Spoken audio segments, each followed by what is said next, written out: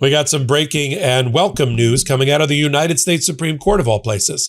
They have blessed the California congressional maps, allowing California's maps with the 5 new Democratic seats to go forward for the midterms. And they did it in a one-line order. And you can thank Justice Alito, of all people, for it because of something that he did just 2 months ago. Do I have your attention? You're on the MeidasTouch Network and on Legal AF. I'm Michael Popok.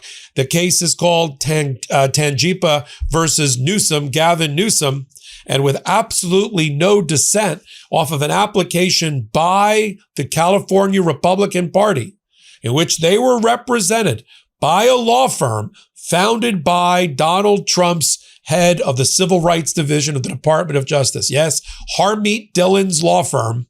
No conflict there, folks, apparently, representing the California Republicans to challenge the maps, arguing that they were not trying to favor Democrats over Republicans. They weren't partisanly drawn. They were racially drawn, which would run afoul of the 14th Amendment and the Voting Rights Act as interpreted by the Supreme Court. But a 3-judge panel already looked at it and said there was almost no evidence to suggest this was racially motivated, as opposed to what Gavin Newsom told the world that they were doing. We're going to add 5 new Democratic seats to make up for the 5 new Republican seats in Texas. It was a call in response to Texas.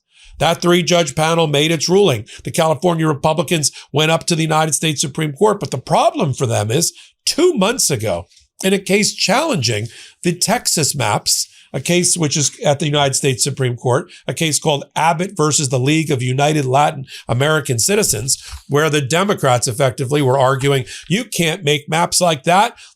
You're making them racially based. The United States Supreme Court rejected it in December 4th of 2025. And Sam Alito, I believe, killed this current case and gave a win to California when he said the following in his concurrence, which was joined by Thomas and Gorsuch. First, he says, it is indisputable that the impetus for the adoption of the Texas map, like the map subsequently adopted in California, was partisan advantage, pure and simple. And if it's partisan advantage, blue versus red, instead of a racial advantage, black, brown versus white, then it's lawful.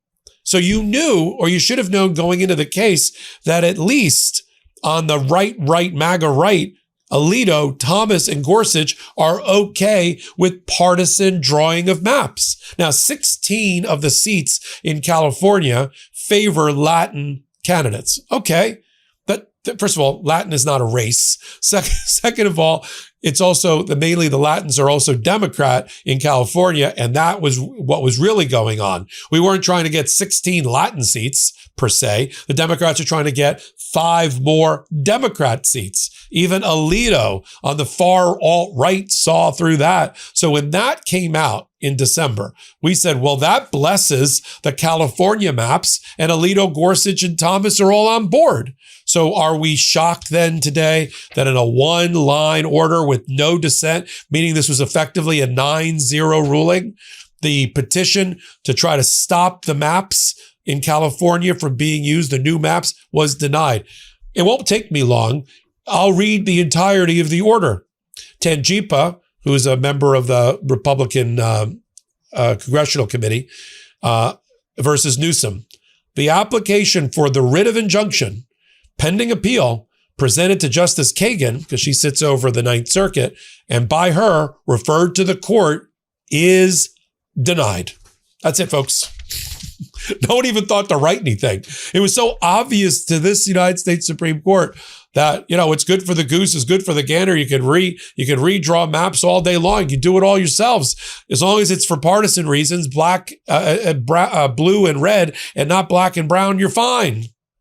Now, this will, I think, bake into place, because we're already here in February, almost March, bake into place the maps as they exist around the country. I know Florida and Indiana, Kentucky, they're all sort of scrambling, waiting to see what's going to happen. But what they're really waiting on is another case that has not yet been ruled, but may come out, I guess, any day now, called Calais, about Louisiana's redrawn maps. And with that guidance, you may or may not see more attempts to map make. But we're running out of time. The reason the California Republicans moved so quickly into court for the Supreme Court with an emergency application is they told the court, look, we got to have a ruling by February 9, because that's when ballots, people have to declare which